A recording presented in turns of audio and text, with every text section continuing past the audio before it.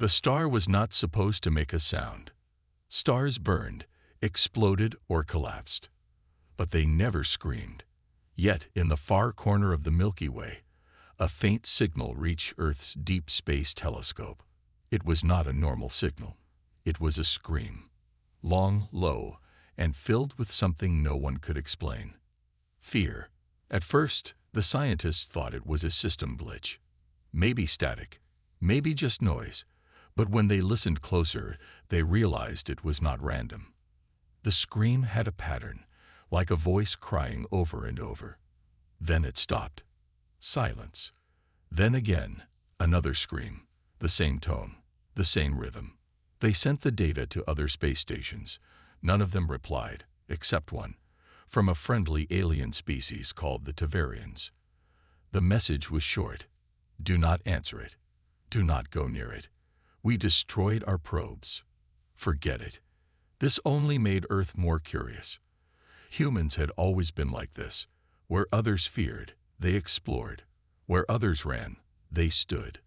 A meeting was called at the Global Science Union. The debate was quick and sharp. Some said it was too risky. Others said it could be the discovery of a lifetime. In the end, they voted to send a small mission. 5 people on a fast scout ship named Daring Light. The Daring Light was ready in a month. It used new slipstream technology, far faster than anything the Tavarians had. The crew was a mix of the best minds and strongest hearts. Captain Raina Park, a calm leader with sharp instincts.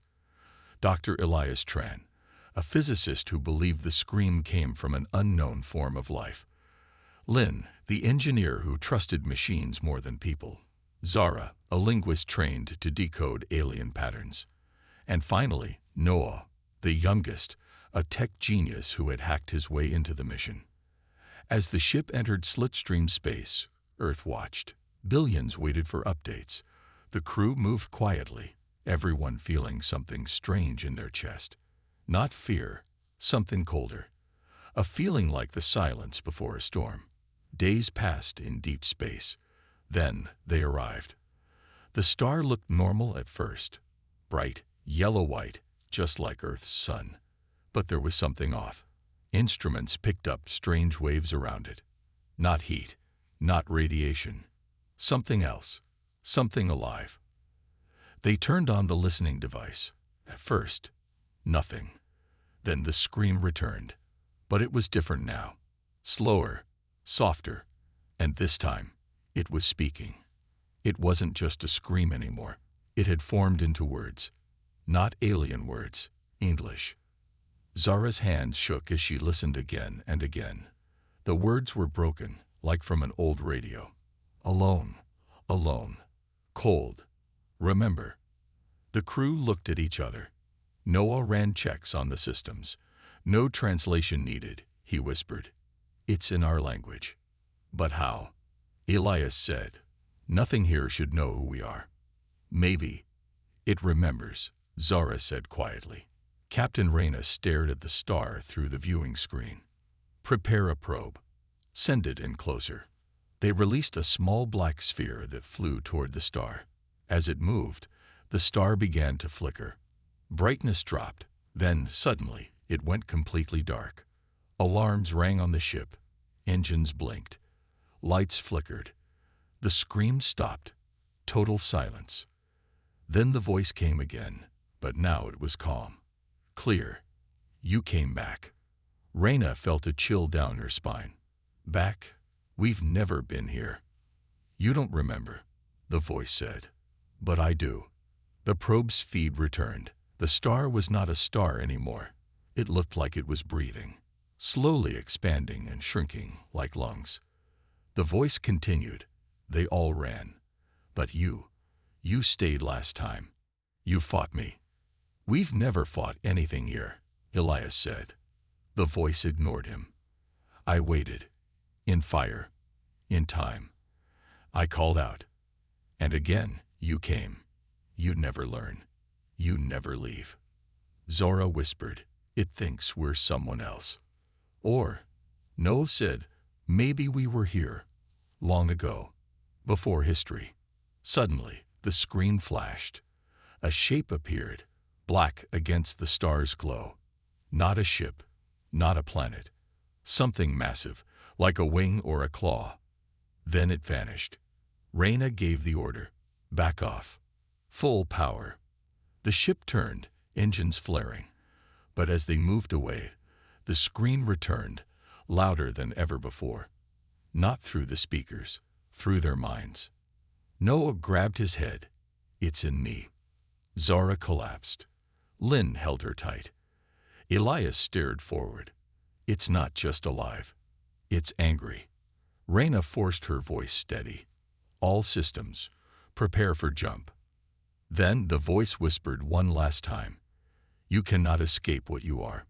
The daring light jumped back into slipstream space, engines burning. Behind them, the star began to pulse again. Faster, brighter, almost like it was waiting for the next visitor. Back on Earth, the signal stopped. The data stream ended, and across the stars, dozens of alien species saw it too.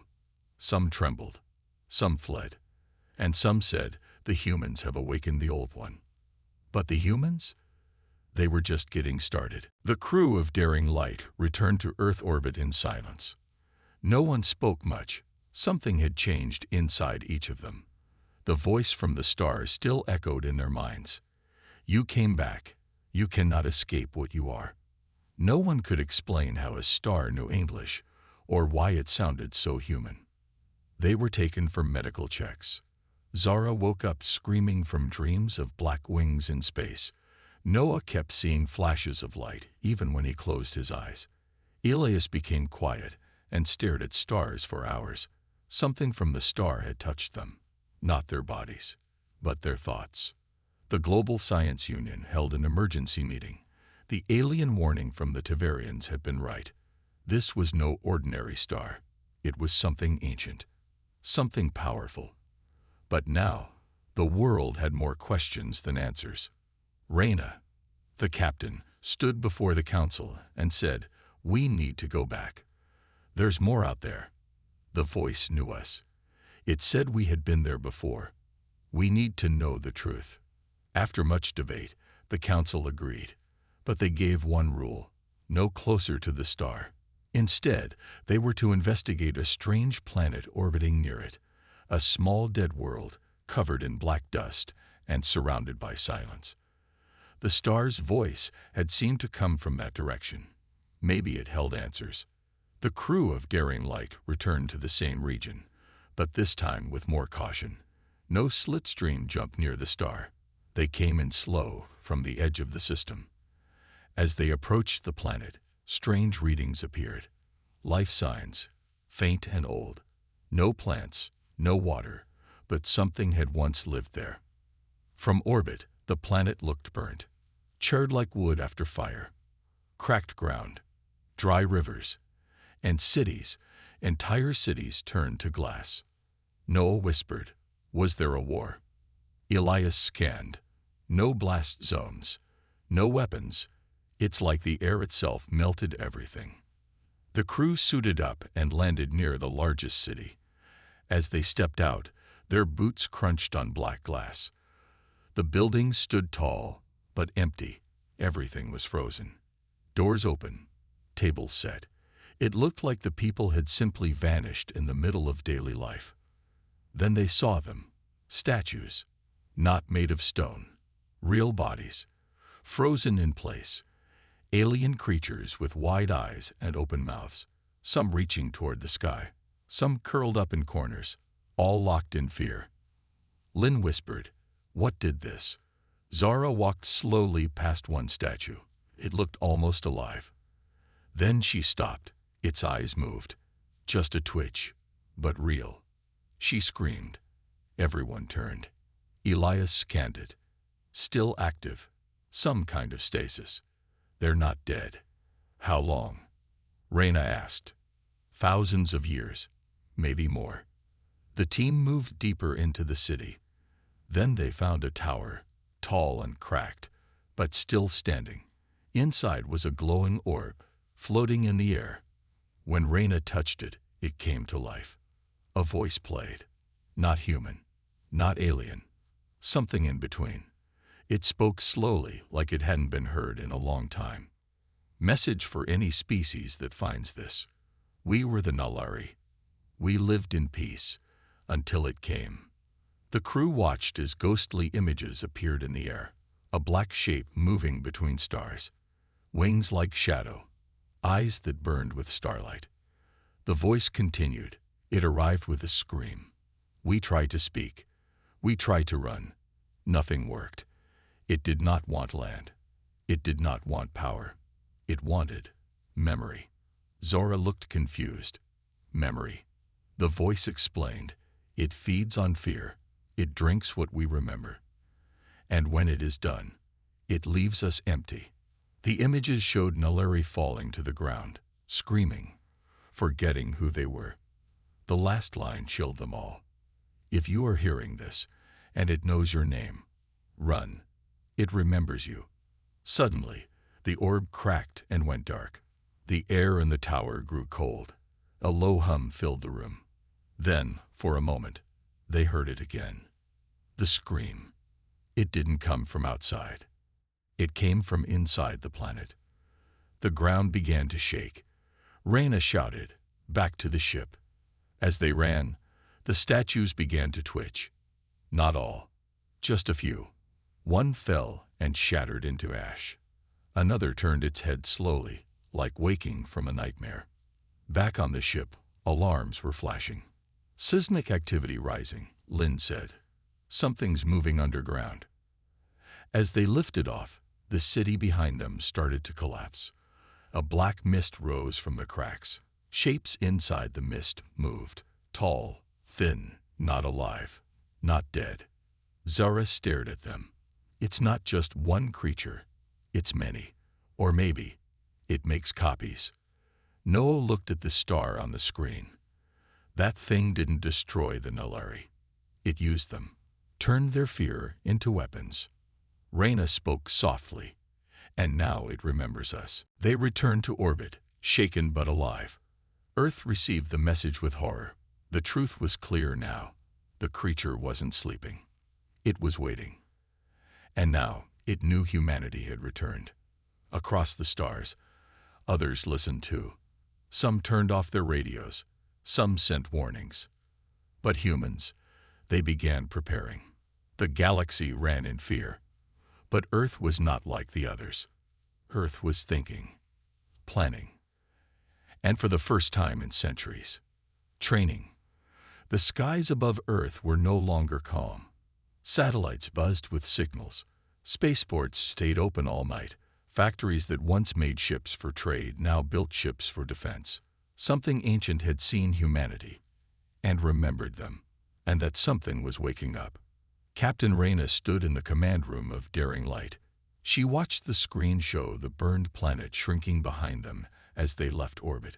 Her face was calm, but her hands were clenched. "It feeds on fear," she said quietly.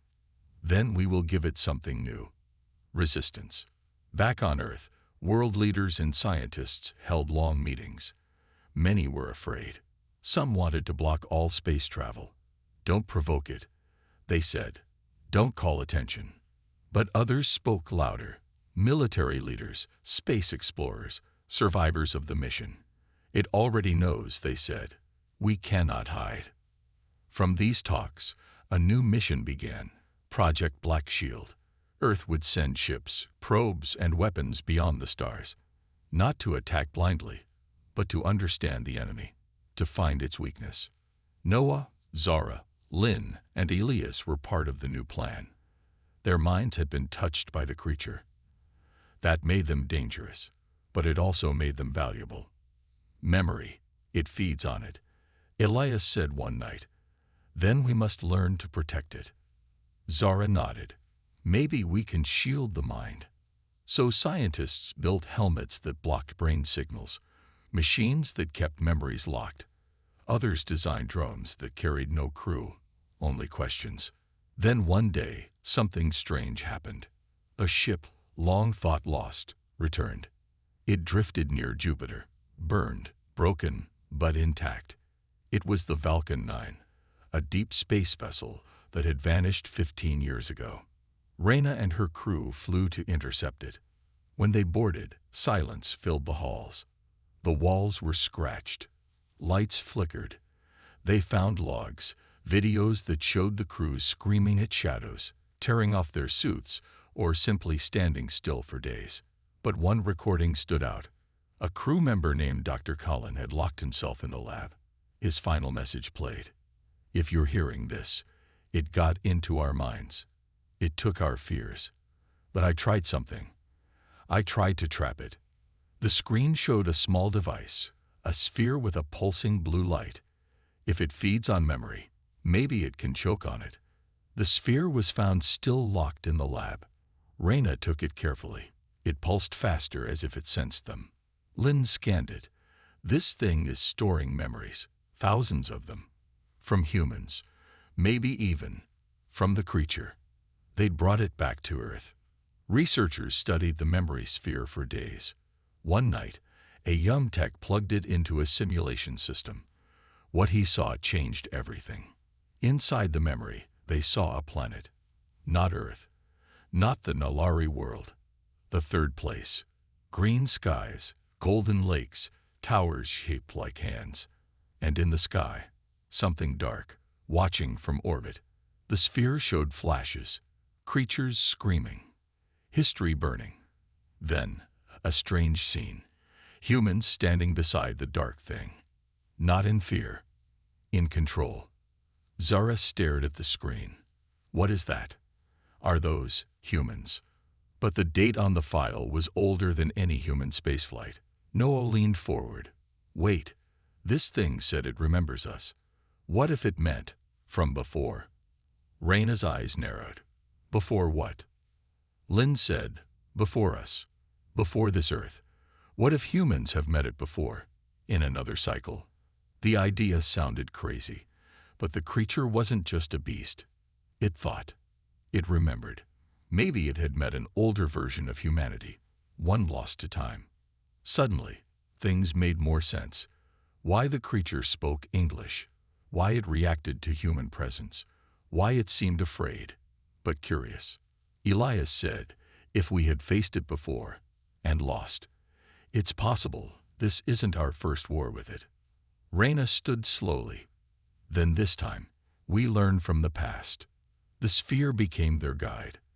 They called it Echo One. It showed places the creature had visited, worlds it had fed upon. And each time, it left behind something. Monuments, warnings, or prisons. One place stood out, a dead moon near the edge of the Andro sector. Echo One called it the Hollow Cage. A research team was sent with drones. What they found shocked everyone. A giant chamber under the moon's surface. And inside it, something trapped. A black shape chained to metal spikes. It was screaming, but no sound came out. Its body looked like smoke and fire, but its face, almost human. Zara gasped. That's it. That's the thing. Noah added, or maybe, just part of it. Messages carved on the wall said, this one we caught, but the others still roam.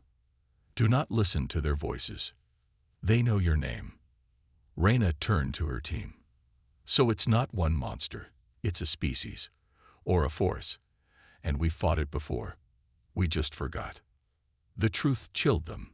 The enemy wasn't a single creature.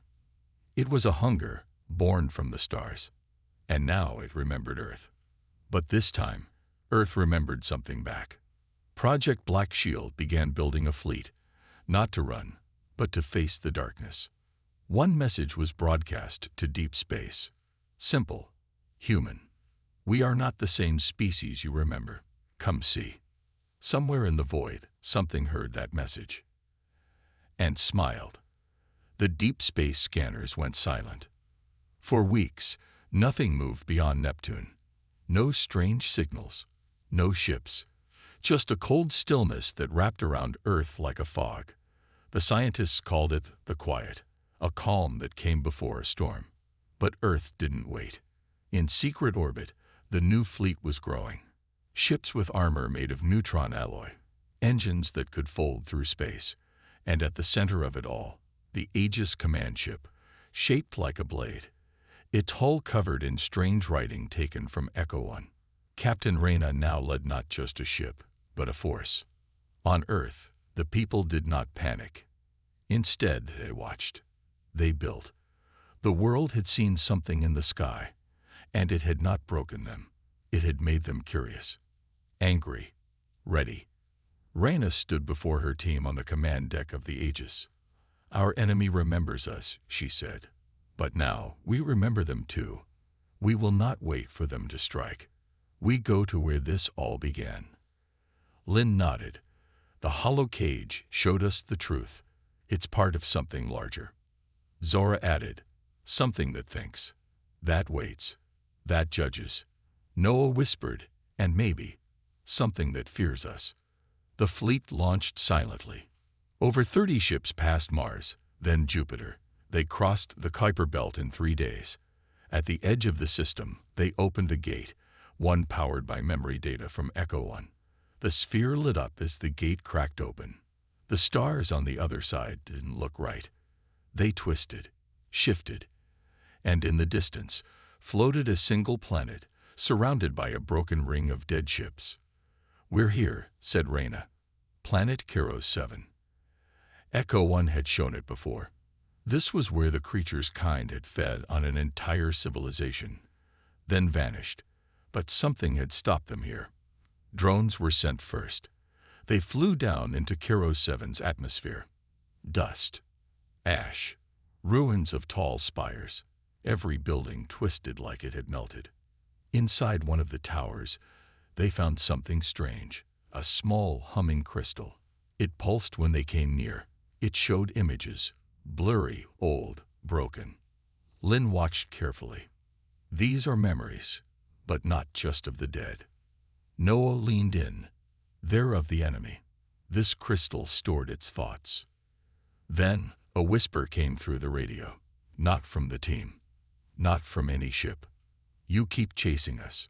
"Why?" The voice was smooth, cold, curious. Reyna spoke. "Because last time, you hunted us. You hurt us." Silence. Then the voice said, "Greater than last time. You won." Everyone froze. Reyna frowned. "What do you mean?" But the voice was gone. Echo 1 flashed. Its light dimmed. On the main screen, something appeared. A giant black shape, like a shadow made real, was floating just beyond the broken ships. It had no engines, no lights, but it moved. Not through space, through fear. Zora gasped. "It's here." Ships moved into battle formation. Reyna gave no command to fire. Instead, she broadcast a message. "You remember us. Then remember this. We are not your prey anymore." The thing stopped. Then it laughed. Not with sound, but through the crew's minds. Visions, memories. Some saw war. Others saw their loved ones dying. A few saw themselves standing alone in a cold, dead galaxy. Reyna staggered. "It's attacking our thoughts." Zara screamed. "It's in my head." But then, something pushed back. Echo 1 glowed bright. A beam of light struck the crystal they had found on the planet. The memory inside burned. It reached out across the battlefield.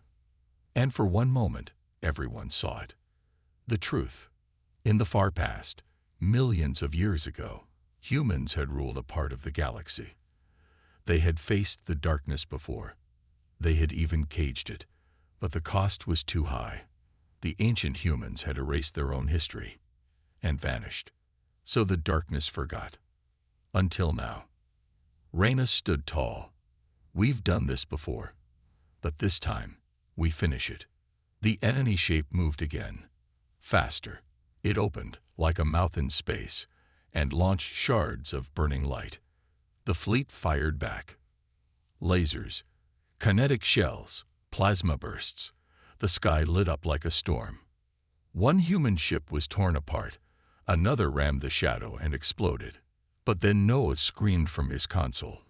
"It's not dying. It's absorbing the attacks." Elias shouted, It feeds on energy, on emotions, on memory. We're giving it food. Reyna gritted her teeth. Then let's starve it. She looked at Lynn. Get the pulse ready. Lynn nodded and activated the neuro-silence device, a weapon built to blank all thought signals in the area. It would cut off memory, cut off fear, even cut off the crew's own thoughts for a few seconds. The fleet went silent. No minds, no emotion, just machines. The shadow stopped, confused, hungry. Then Echo 1 opened fully. It didn't fire a weapon. It sang. A note, a tone of perfect memory, one the enemy had once feared. The shape screamed silently. Reyna shouted, now, fire all. Every ship fired into the open wound. The enemy cracked, folded, then vanished. No explosion, just nothing. Zara collapsed. Is it over? Reyna looked out into space. No, that was just one. From the stars came a flicker, another shape, and another, and 100 more. But now, Earth knew what it was facing, and for the first time, in thousands of years, humanity smiled back. The sky was no longer empty. Beyond Keros 7, one enemy had fallen, but now many more shapes moved in the dark. Some were small, fast like knives. Others were huge, floating like dead planets. They didn't attack right away. They waited, watching. On the Aegis, Captain Reyna stood still. Her face was calm, but her eyes burned with purpose. They're testing us, she said. They want to see if we're afraid. Zara's hands shook as she looked at the radar. There's at least 50 of them, maybe more. Lynn whispered, that was just a scout. That thing we fought, it wasn't even close to their strongest. Noah turned to the others. We barely survived one. What do we do against a whole swarm? Reyna answered with a quiet voice. We don't run. We remember. In the silence, Echo 1 glowed again. The crystal they had found on Keros 7 pulsed in time with it. Another memory began to play. It showed the first ones, humans from the ancient past. They had ships like cities, weapons that bent time. They didn't fight these shadow beings with fire. They used memory, truth, unity. They had faced this swarm before, and they had won, but at a cost. They didn't destroy the enemy, Reyna said. They locked them away. Zara asked, then how did they come back? Lynn looked down. Because we forgot. Reyna nodded slowly. And now we need to remember everything. A plan formed. The swarm fed on fear, chaos, emotion, and energy. Normal weapons helped, but only a little. The true key was the ecosystem and the memories of the first ones. We need to wait the last vault, said Noah. The real one, not just fragments. Reyna nodded. The vault of origin. It was far away, hidden in the ruins of a moon called Elethis, orbiting a dying red star. No map led to it, but Echo 1 began to project the path. The fleet turned and ran, not out of fear, but to prepare. As they left Keros 7, the swarm followed, slowly, patiently, like wolves tracking a wounded deer. But Earth's fleet wasn't weak anymore. Every ship was now linked to Echo 1. Memory lines ran between them like silver threads. Together, they began to think as one, share feelings, data, plans, something the enemy could not understand. On the way to Elethis, strange things began to happen. One night, a crewman aboard the Saberlight ship began speaking in another voice. I remember. I was there when they first came. I saw them steal stars. He collapsed after that. On another ship, lights flickered and formed a shape in the air. An old human, dressed in armor made of crystal. The vault must not be opened alone, it said. Only those who understand sacrifice may enter. Zara sat beside Echo 1 and whispered, are we becoming them? Noah replied, No, we are them. We were always meant to be. We just lost the way. Elithis appeared at last. A broken moon, split down the middle like a cracked egg. Inside it was something glowing. A tower, hidden deep under layers of rock. The vault of origin. Reyna led the team down herself. As they entered, the walls changed. They were not made of stone or metal, but light. Memories. They saw visions, old battles, ancient cities floating in the sky, children born in space, old Earth covered in stars. But also the first war, the swarm, the cage. Inside the final chamber was a sphere, bigger than Echo One, pure white. Still, Reyna touched it, and the sphere woke up. Everyone on the ship, everyone in the fleet, felt it. A voice spoke, not in sound, but in understanding. The war was never about death. It was about forgetting. You are the spark. You are the fire. The darkness remembers fear, but you remember hope. The vault opened. Inside was not a weapon, but a message, a frequency, a signal humans had once sent into the deep universe. Not a threat, not a cry for help, a challenge. We are here, Reyna whispered.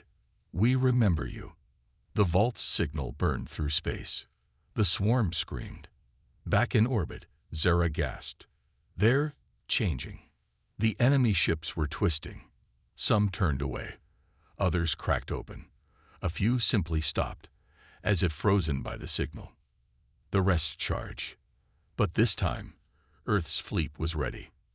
Not just with weapons, with memory, with unity, with the truth. They moved as one. The Aegis led the charge. Ships curved like birds through enemy fire. Echo One sang again, this time louder, sharper.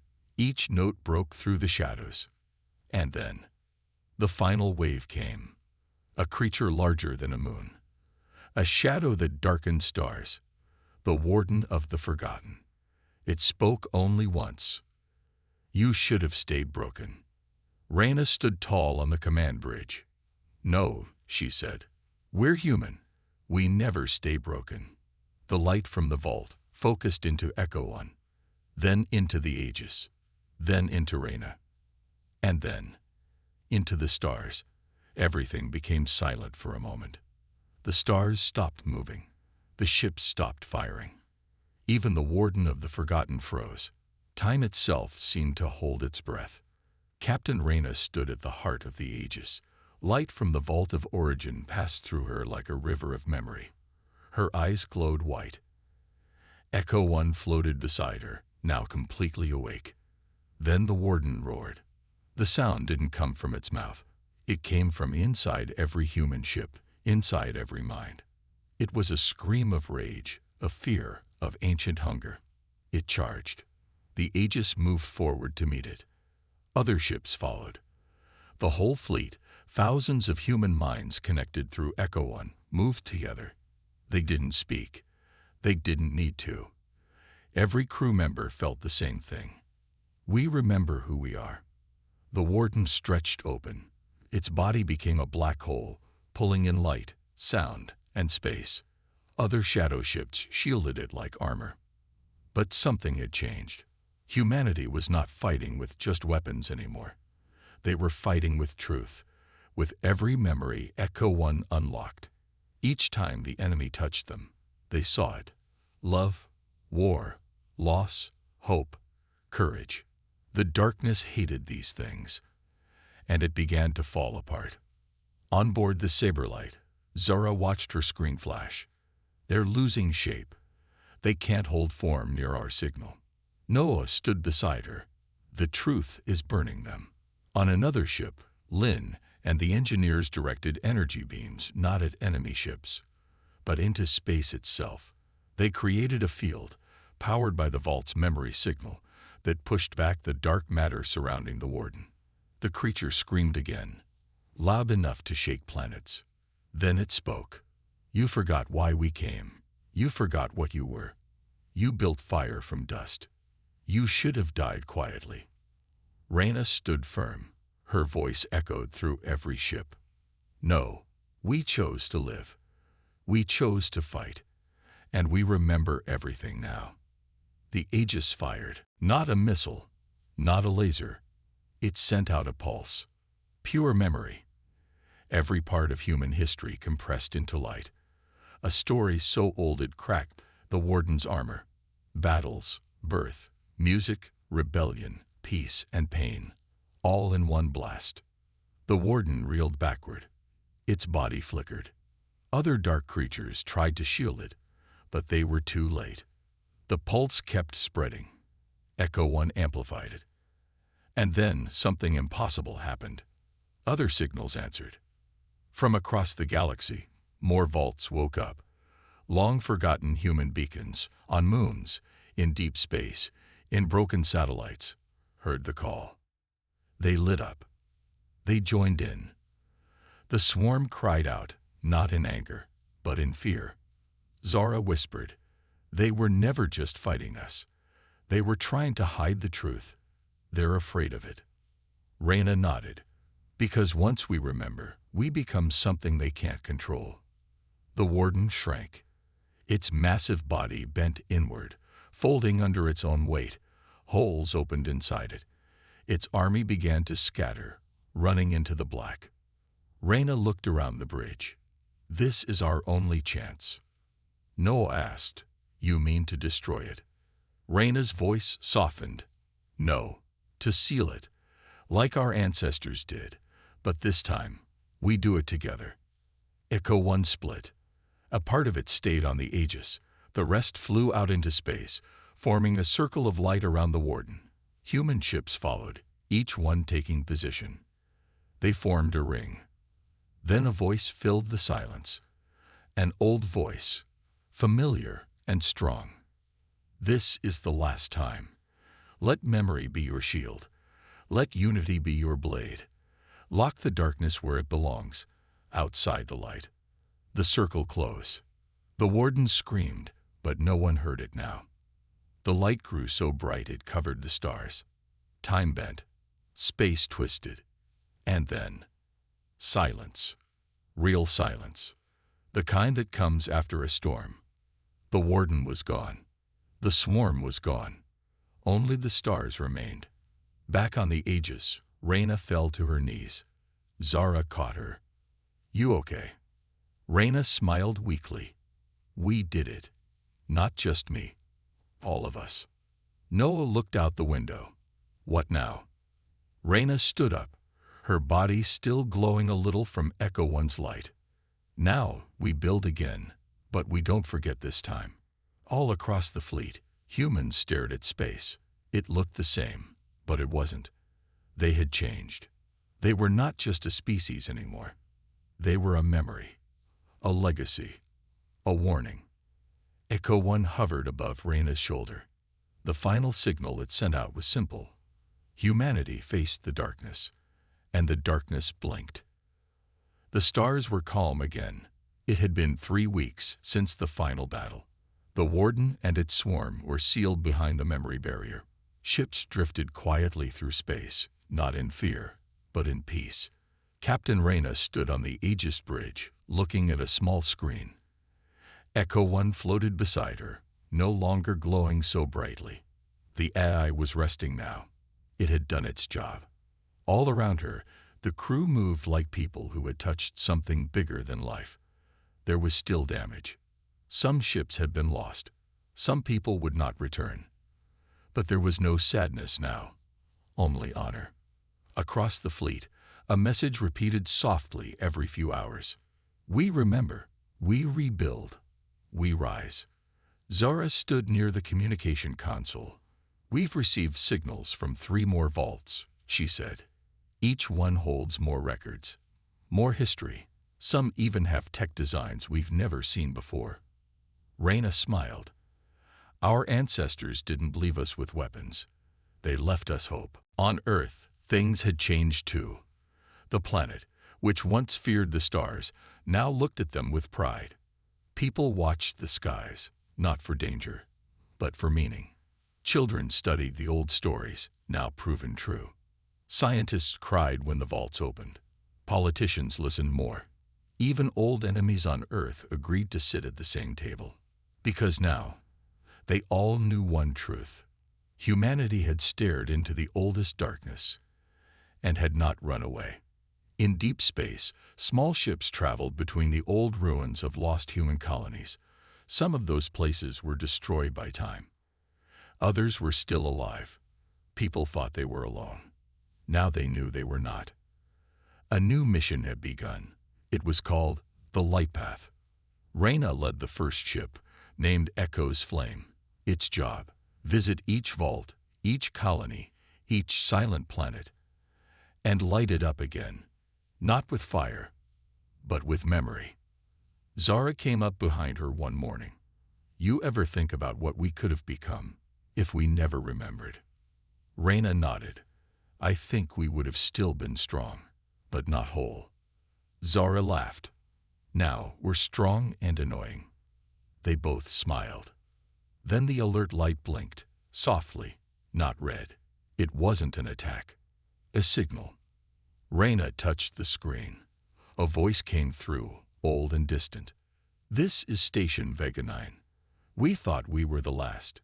We saw the light. We are alive. We are ready. Reyna leaned forward. Tell them we're coming. The fleet moved again. Not like before. Not chasing or fleeing. They moved like a promise. Noah sat in the ship's map room, looking at a growing chart of stars. We have over 200 signals now, he said, from lost outposts, vaults, listening posts. They're all waking up. Reyna walked in, and none of them are alone anymore. In the corner, Echo 1's light pulsed once. Soft, peaceful.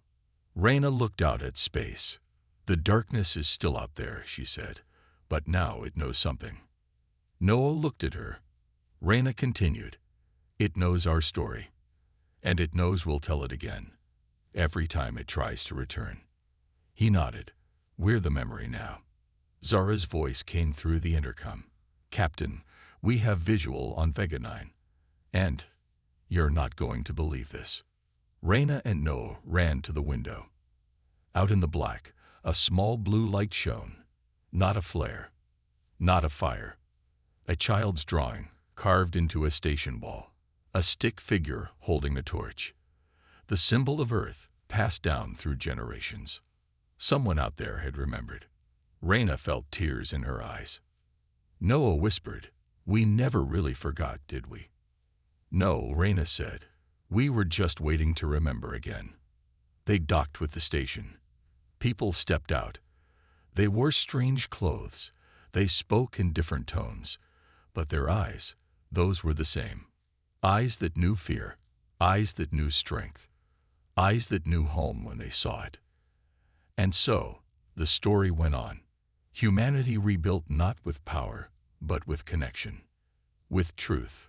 With each memory shared, the light grew. The final log entered into Echo 1's system read. The universe turned away in fear, but we, the forgotten species, the loud ones, the stubborn ones, we faced the darkness head-on, and we came back with fire in our hands and stars in our eyes. Echo 1 stored that message, not as a warning, as a beginning. The fleet moved on.